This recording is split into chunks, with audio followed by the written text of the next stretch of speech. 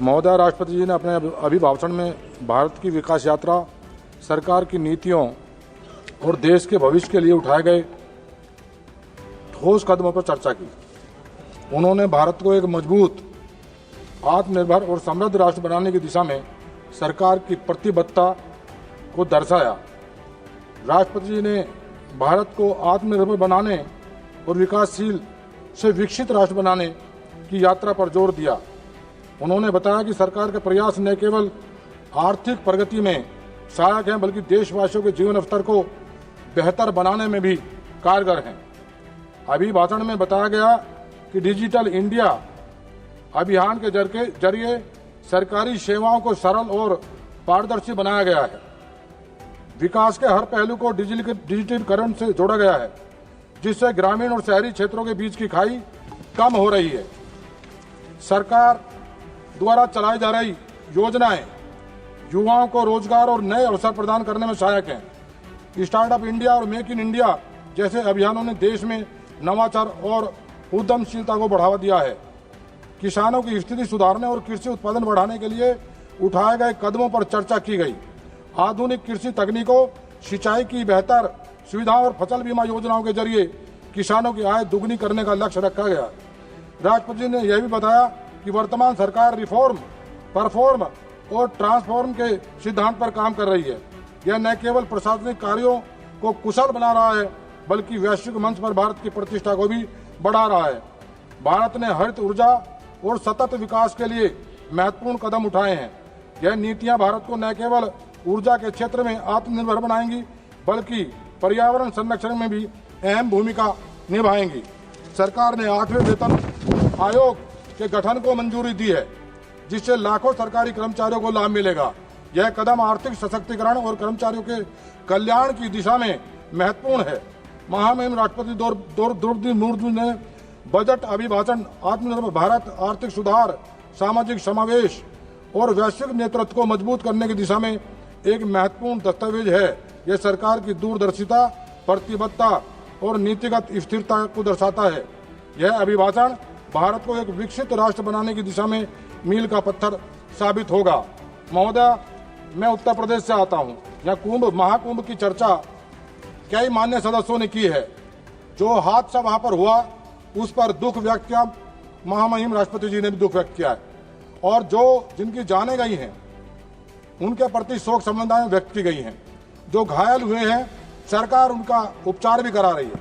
मैं इसलिए यह चर्चा कर रहा हूं कि जो बातें कुछ मान्य सदस्यों ने रखी हैं, यह हादसा जब 1954 में कुंभ प्रयागराज में हुआ, इतनी बड़ी घटना वहां पर कुंभ में घटी, हजारों लोगों की जान चली गई, और उस समय की सरकार ने पूरी घटना को छिपाने का काम किया, और जो लाशें थी उनको इकट्ठा करके उनको जलाने का काम किया था, जो सबसे बड़ा अशोभनीय काम था। और आज 1989 में कुंभ में ऐसी घटना घटी, सैकड़ों लोगों की जान चली गई।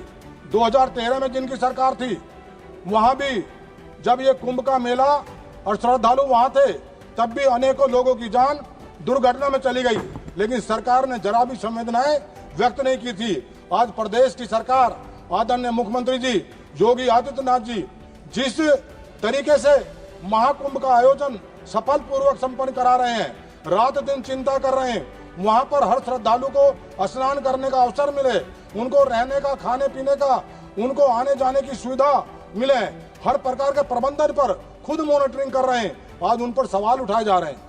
जो घटना घटी उसके लिए सरकार ने जांच आयोग गठन किया है। सारी बातें सामने आएंगी, पता चलेगा कि इसके पीछे कौन लोग थे।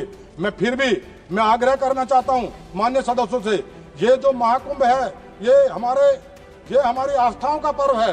लोग जाते हैं गंगा, यमुना, सरस्वती के संगम में स्नान करने, आस्था का पर्व है। हमें सरकार के द्वारा उठाए गए कदम और जो प्रबंधन है, हमें उनके साथ खड़ा होना चाहिए, ताकि जो श्रद्धालु जाएं, जो आस्था के लोग वहां पर स्नान करने जा रहे हैं, उनके साथ कोई गंभीर घटना ना घटे और उनको कुशलता पूर्वक स्नान करने का और अपना रहने का, आने का, जाने का सारी व्यवस्था उनकी संपन्न हो। हम सरकार के फैसले के साथ खड़े रहे, आदरणीय मुख्यमंत्री जी के फैसले के साथ खड़े रहे, ये कोशिश हमें करनी चाहिए। और मुझे तकलीफ है इस बात का कि 1854 में घटना घटी, 1820 में, 1840 में, जब तो अंग्रेजी हुकूमत थी, घटनाएं घटी हैं। ये हादसे हैं। मेरा बागपत लोकसभा क्षेत्र है, उसी दिन सेम दिन एक घटना मेरे बागपत लोकसभा क्षेत्र में जैन समाज का धार्मिक आयोजन था। उसमें जैन समाज के धार्मिक आयोजन में लाखों की भीड़ नहीं थी, लेकिन घटना घड़ी, 10 लोगों की जान चले गई, 70-80 लोग घायल हुए।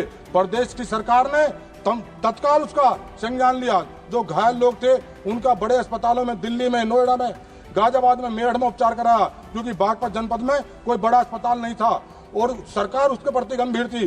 जिनकी जान चली गई उन परिवारों के प्रति संवेदनाएं व्यक्त की और सरकार ने उनकी आर्थिक मदद करने का भी घोषणा की।